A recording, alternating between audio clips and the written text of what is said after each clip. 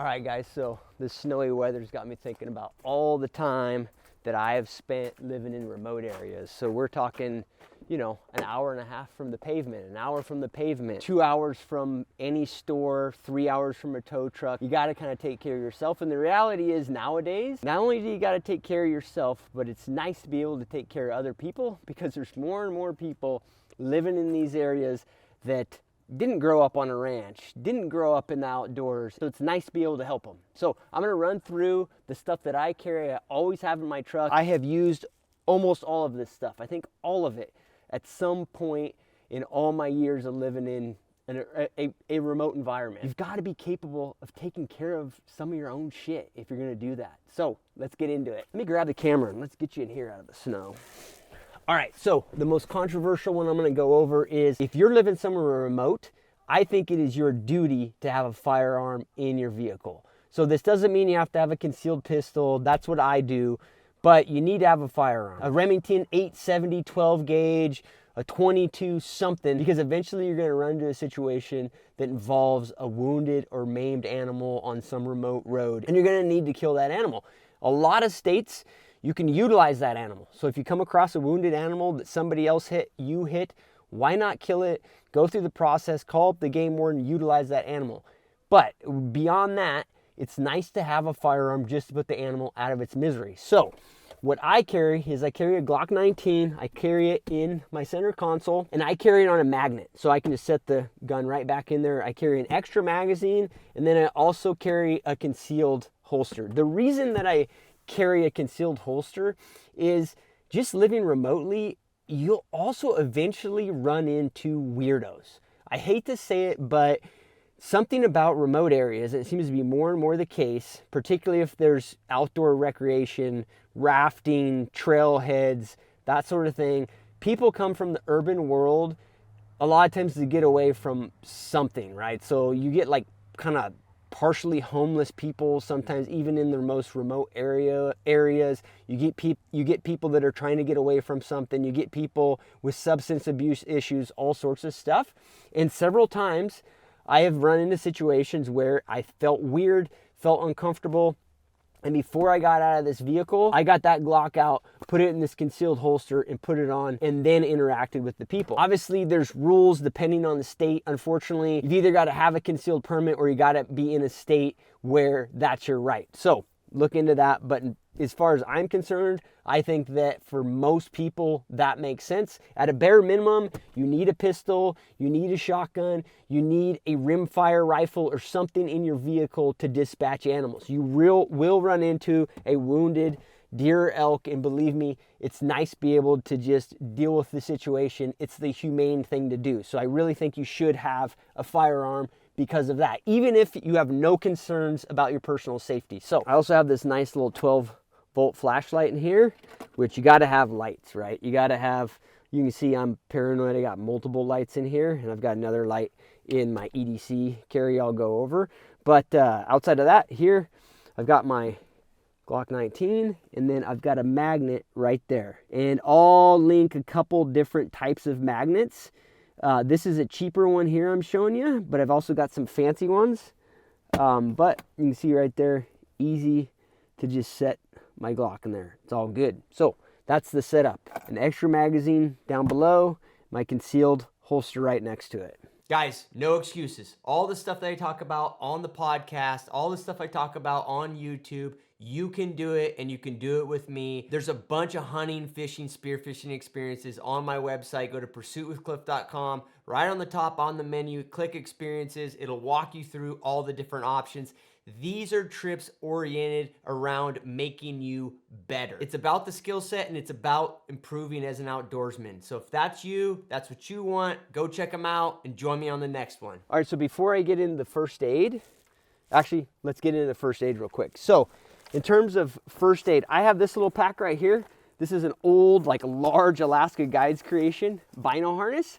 And I just loaded it up with all my first aid stuff. I have a strap right here. If I've got all my kids and I've got my truck loaded up with family or whatever, I can use this strap to just strap around a seat so it's not on the ground when my kids are gonna smash it. And so what I carry in here, and I used to actually take this bag and I would put it in one of my saddlebags when I was outfitting a bunch, so I had it with me all the time. But I keep a flare, good to have. I keep a cat tourniquet right here, okay? I basically keep stop the bleed stuff in here. That's what you need. If you come to a wreck and you're the first person on a wreck, there's not gonna be help for an hour, you need to know how to stop the bleed. So cat tourniquet is a huge one.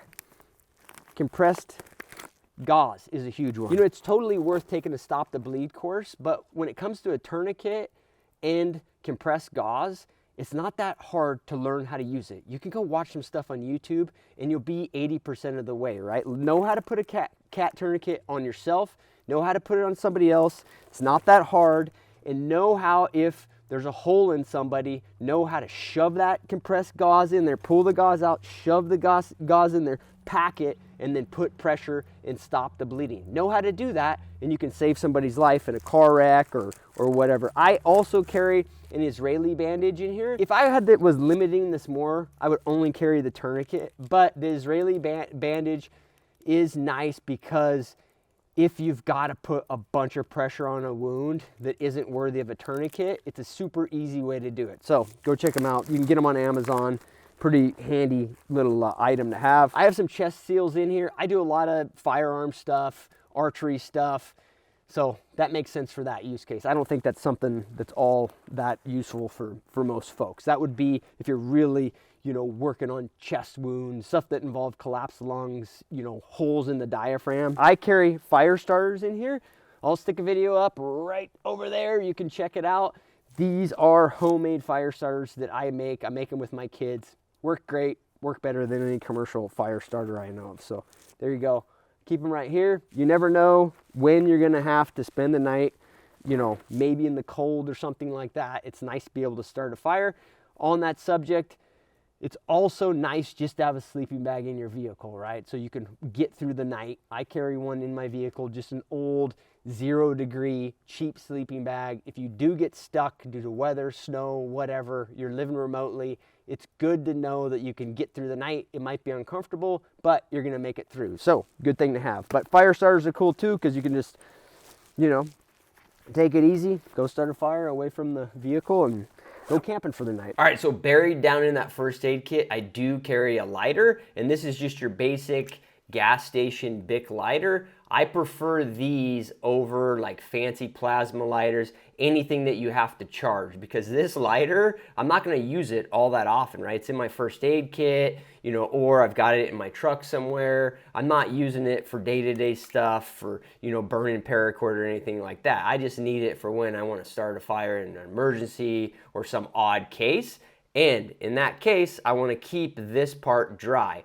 These things actually, I've had them in my pocket and they've gotten wet and they still work. And that's the nice thing about a Bic lighter.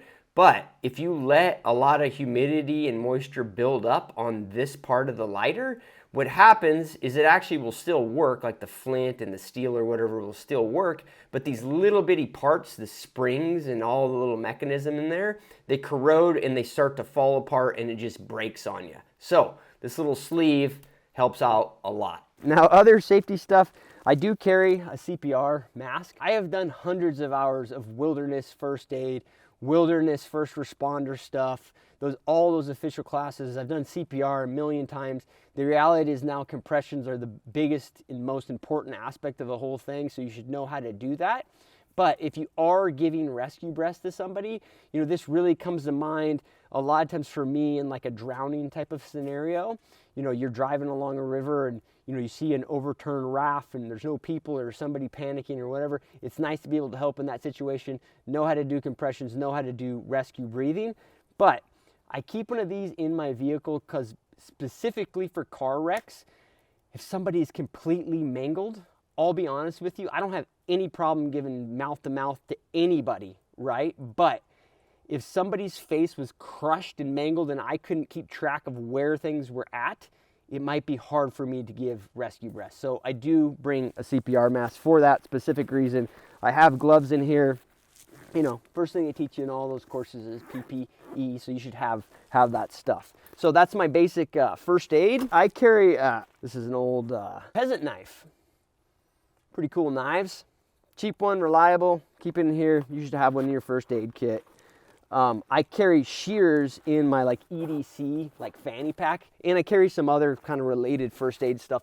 Guys, biltong, okay? I have been obsessed with this stuff for 3 or 4 years. Ever since I got on a keto, carnivore, paleo-esque type of diet, I've had a hard time finding healthy snacks. Biltong is a great option, particularly the slabs that have this fat on the side. That's where your energy is if you're a fat burner like me. Super simple ingredients in this, guys. Literally 1, 2, 3, 4, 5 ingredients. Compare that to your gas station jerky, a great snack in the backcountry or just day to day. Biltong Depot is a huge supporter of my content. Go to their website, biltongdepot.com. Use my discount code CLIFFG, CLIFFG for 15% off at checkout and to support this content. Thanks, guys. All right, and just so you guys know, I consider this bare minimum. I usually have a toolbox in the back of my truck, or I always do, so I'm carrying much more than this, but I'm narrowing it down to the bare minimum stuff you need. So you want a ratchet set, or at a bare minimum, you want some vice grip type of pliers, something that you can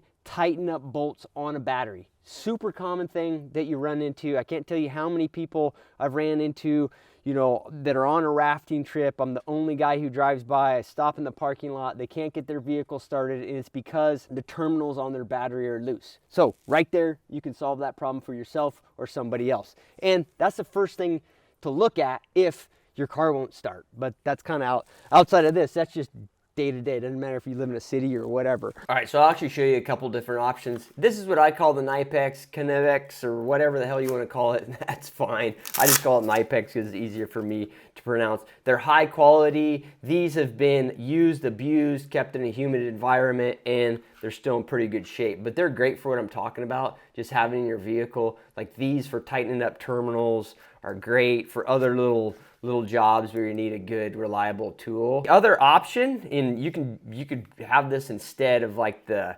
other ratchet set that I showed you. This little Wura case, same deal. This is like 5 or 6 years used and abused, and it's still in pretty darn good shape for an OCD guy like me. It's nice just to have all your stuff in there. You know what you got. The only thing I'll say on this is, based on your vehicle, make sure that these sockets fit your terminals and make sure that it's going to actually be useful to you.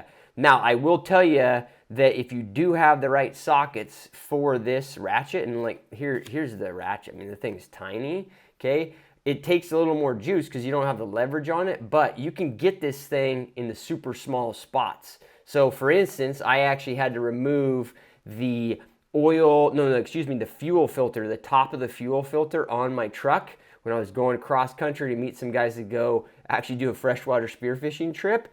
But I would not have been able to get that fuel filter off if I didn't have this small set of ratchets in here where I could get everything just in the small spot. So that's another option for you. So you want that. The other thing you want is you need a compressor and charger slash like jumper, right? So I use this one from Uncharted Supply. This is called the Zeus. There's a lot of different ones out there. Here's the cables for jumping a vehicle.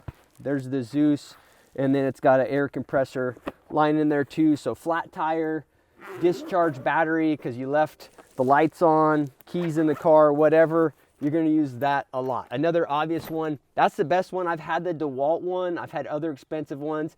They suck compared to that one from Uncharted, so I'm a huge fan of that. The other thing you need is you need a good set of jumper cables. And these are not like your standard Walmart $20 jumper cables. You want long ones, and you want heavy gauge jumper cables. When you get out into the real world of remoteness, not everybody's driving a Kia, and not everybody's driving a little Honda. And the problem is that if you run into somebody that's got a big truck, you need to have heavier gauge cables, or those small cables are going to heat up. The same thing goes if you're in a big truck, you know, you've moved out and bought a little ranchette somewhere an hour from town. First thing you're going to do is go buy an F250, F350 because you want a big truck. You've got to have good cables. You can't have shitty cables because they draw more power when you're cranking them over. The other thing is you need length. If you run your truck off into a ditch, I've seen this twice, one in a super serious situation where somebody could have died of hypothermia due to the weather.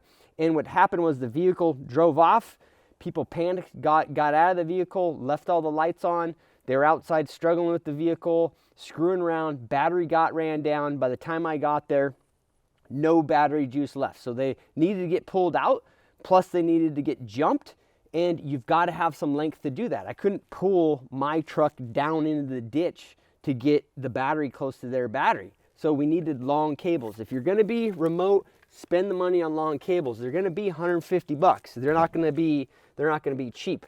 On that subject, I'll run over here and show you what I always carry in terms of pulling people out. I always have a login chain, but that might be, if you're not used to using one, you might be better off with a tow strap. So I'll put a link down below to a tow strap. If you're gonna use a tow strap, you need to have a shackle type of setup for the tow hitch on your vehicle. You really don't want to be throwing that tow strap over a trailer ball or sticking it on your axle somewhere. On your frame, you might get away with if you put it in the right spot, but you don't want to put it on the body of the vehicle, right? You start yanking people out with a strap or a chain, you're going to screw up your own vehicle. So you want like a shackle type of setup that goes in the receiver of your vehicle to pull people. Don't throw a chain over this ball. You want to have a shackle type receiver. That's a much safer way to do it. You can break a ball by yanking on somebody, particularly if you're snap yanking, like you're trying to pop them out. If you do that on a ball, you can break the ball. If you put it into a shackle, you're way better off. You won't have a problem. Here, I can show you guys, I keep my chain right in here. I just have a box right here to get to. So I got my login chain down in there. Here's a strap right here. So that's what I mean when I say a tow strap right there. All right, guys, I had to come in because there was literally like a pile of snow building up on the camera, but I've got this little bag right here. You probably saw it there on my dashboard. I carry this with me all the time, even on flights. Doesn't matter where I'm going, I always have this. There's some little nuances to it so I can get through TSA, all of those things. I'm gonna cover this in a future video and I will stick it up right here once it comes out. You can also just subscribe to the channel, it'll pop up whenever I do publish it. But I did want to mention a couple things that I didn't get a chance to go over outside. One is some sort of shovel, and I also like to have a digging bar, so a really heavy bar so I can get leverage on things.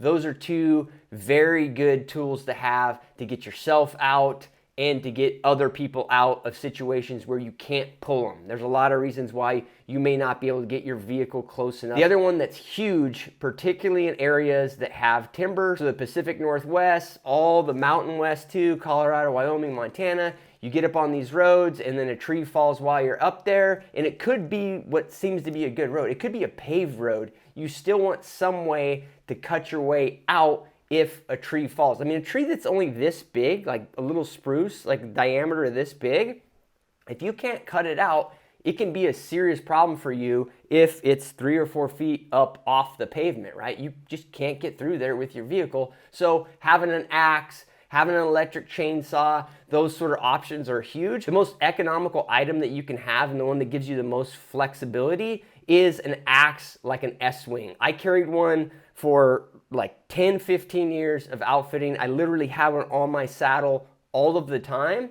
It's not the perfect axe by any means, but it's super reliable because it doesn't have a handle that can break, easy to sharpen, and it's cheap and it's not very bulky. You can easily put it in your truck, you can easily put it in your car, but like any axe, you can also get severely hurt with an axe. So you gotta learn how to use one to cut trees, cut limbs out of the way, that sort of thing. Another great option is the electric chainsaw. Lots of super good options out there. The DeWalt, I have one. It is phenomenal. Now, if you want to carry something simple, you don't want to go to chainsaw route, but you don't want to deal with the safety issues around an axe, there are some nice saws out there. There's the Ichiban, which is more of a, kind of newer age, mainstream saw that you can use. Another saw that I used a ton was the Fano saddle saw. I'll put links below if I can find them for you.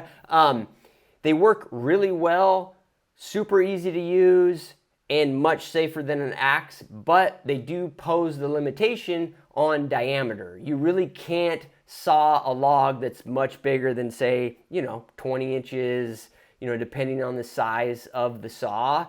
You're gonna have issues, or it's gonna be very hard for you to take on that sort of project with that type of saw. So there's a little limitation there. The reality is with an axe, yeah, that you're gonna be limited by your energy, but with an axe, you could cut a gigantic 25-inch diameter log if you had to and you had the time to do it. With the saw, it's a little bit trickier because as you cut through with one of these smaller saws, you're going to get a lot of pinching. It's hard to deal with that. It's going to eventually catch your saw. It's hard to deal with the dynamics in these traditional wood cutting methods if you're not using an axe. Saws are much trickier that way when you get into big diameter stuff. Guys, I hope you found that useful. If you're into this thing and you want to dive even deeper, go check out my utility trailer setup. I guide out of this thing, basically live out of this thing 80, 100 days a year, and I've got it all set up, and we dive into just more tools, more gear that I pretty much have with me all along during hunting season, so you might like that one. Thanks for watching, guys. I'll catch you later.